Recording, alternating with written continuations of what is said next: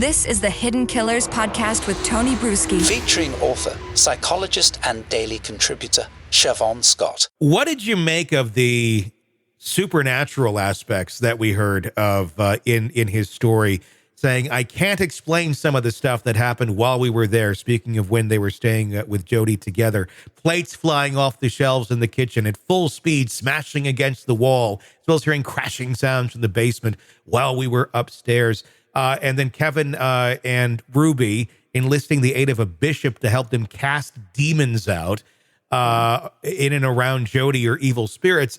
Okay, people have their versions of exorcism and all that, so I get, like, maybe you have blessings or exorcism, whatever you're going to do to somebody.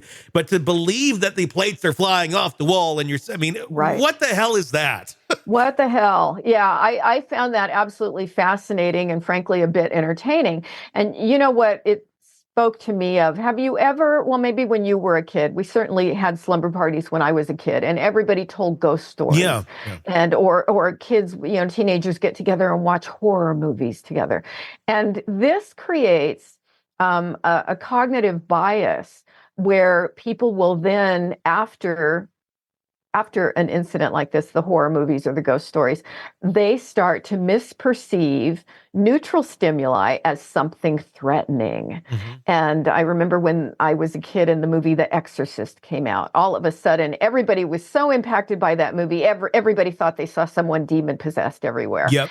And so we're all influenced by these things. And in this cult of the Jody cult, there was such a paranoid emphasis on Satan. They all talked about Satan all the time.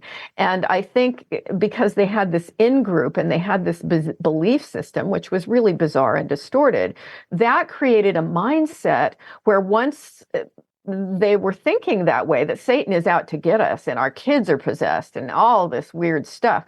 They were thinking emotionally, not rationally, and then misperceived, oh, there's a noise, it's Satan, the devil, or, a plate fell because maybe the hook on the wall or whatever, It just gave away, or somebody bumped the cat. My cat goes around and knocks things off at night, and sometimes we'll hear something and my mind will go, intruder, and it turns out the cat went up and knocked something over, as cats do.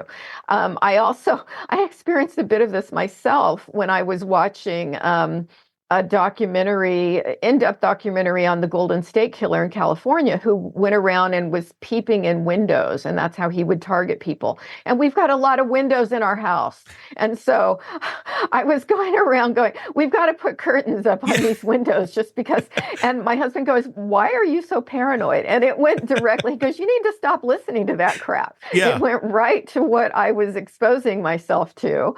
And, I just said, okay, enough mm-hmm. of the documentary. It was interesting. I needed to learn some of these details, but we do start to misperceive things. So I think this was another example of emotional thinking reinforced by the group. Yeah. And they were convincing each other, just sort of like a bunch of little kids sitting around the campfire and telling ghost stories, and then everybody gets scared. Where the account would be, we saw this happen. This happened, or even I saw this happen, even if he did not.